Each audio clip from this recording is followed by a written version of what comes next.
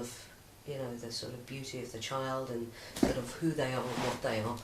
And I was just sitting having a coffee with a friend, and I think she'd gone to maybe get another coffee or whatever, and I was sitting and just looking at this little girl play.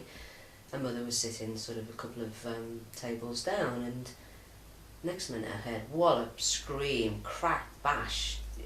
You know, I don't know what happened. As I turned round to look, I just caught the mother's hand sort of in slow motion. You know, obviously it hit the child. The child had sort of risen off its feet and gone sailing into the air and crashed into the table beyond. And I thought, she's going to be coming to see me at 16. You know, everybody was looking at this child, staring at the mother. The mother clearly felt embarrassed because of something had got the better of her. The kid was screaming out of shock and pain, and it was just a really horrid experience, you know, for especially for that little girl, you know. The mother was screaming at the child because clearly she was trying to sort of cover up her embarrassment, and I just thought, that is a huge, huge footprint in that child's mind now, you know. And I went off into a trance then, thinking, you know, it's all very well that I work with adults primarily and correct things that have possibly gone wrong, or these very things that I've just witnessed need to be let go of, and the trauma needs to be sort of, you know, reversed or, you know, healed in some way. I thought, what do we do for the children? Because they're they're only being input to the level that the adult is. You know, they can only understand something that they are taught. And if that parent or society or the teacher teaches them something that is not necessarily true, or teaches them something which is flavoured with some kind of negative, you know, aspect, or some kind of critical reasoning which is not good, then that child is going to be programmed at that level. Sleeptalk came by me, if you like, for want of a better word. I'd already been introduced to it a couple of years before, and it just happened to come again into my life, if you like, at a time when I realised what it did mean.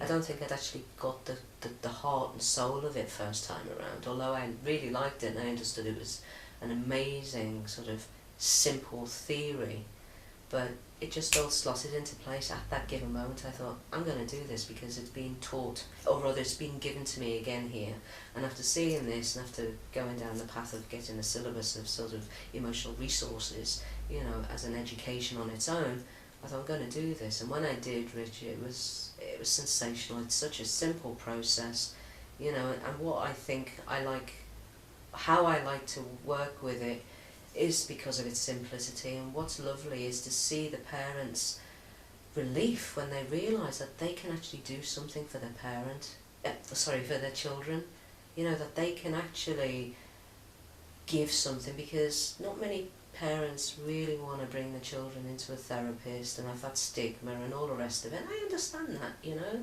It's unfortunate because, you know, I don't see therapy any different to sort of taking your car for an MOT, to be honest. We all need a bit of a recharge every now and again. But nevertheless, you know, to be able to put the power back into the parents' hands so they can help their child, it builds such a positive experience. It also helps the parents to recognise that what they actually say is creating massive, massive belief systems in that child. So getting the child to sort of, you know, start to be embedded with better sort of beliefs, you know, confidence, self-esteem, self-love. And when that child has that in an unshakable way, they're safe. And when a child's safe, they are happier by default. You know, they're more able to get out there and try new things without the fear of, you know, being laughed at, or, you know, the stigma attached to whatever failure is.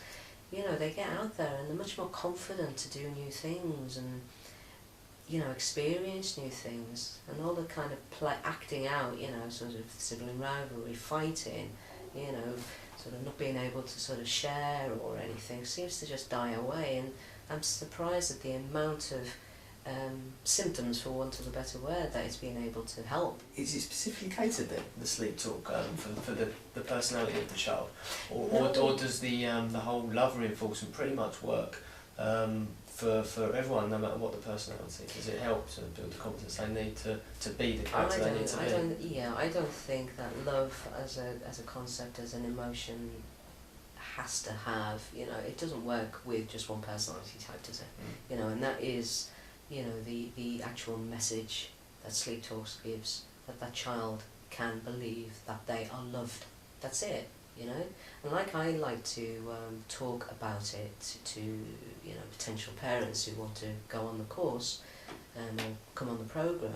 If you had a choice of setting your child out with an emotional suit of armour, okay, or not, what would you choose? If a child's going to feel, strong enough to try new things and feel confident to, go down paths that they might not necessarily have, because even if they do sort of, not quite get where they needed to get, it's not going to affect their self-esteem as much as somebody who hasn't got the emotional suit of armour. Does that make sense? So that's what Sleeptalk gives the child, and it's a lovely process because the parent is actually giving that gift to the child. It's real positive parenting and experience that I think is, it's worth its weight in gold. And I started to sort of daydream about this, and I thought, if this could be given or sort of freely offered to as many children in the world as possible, it'd probably only take about 20 years to reverse this negative thinking, because every child would be teaching their child, they grow up, obviously have a child, teach their child in a healthy, positive way, which would reinforce the new shift, which would reinforce the new paradigm. So that's why I'm quite excited about it. I just think it's such a beautiful, such a simple system. It takes 5 minutes a night. It's absolutely amazing. But I love it because I think children especially need to be taught better skills, or rather better resources now, to be happier people, to be much more comfortable and confident in themselves, because if they're not, then the next generation isn't going to be. It's time to reverse this now.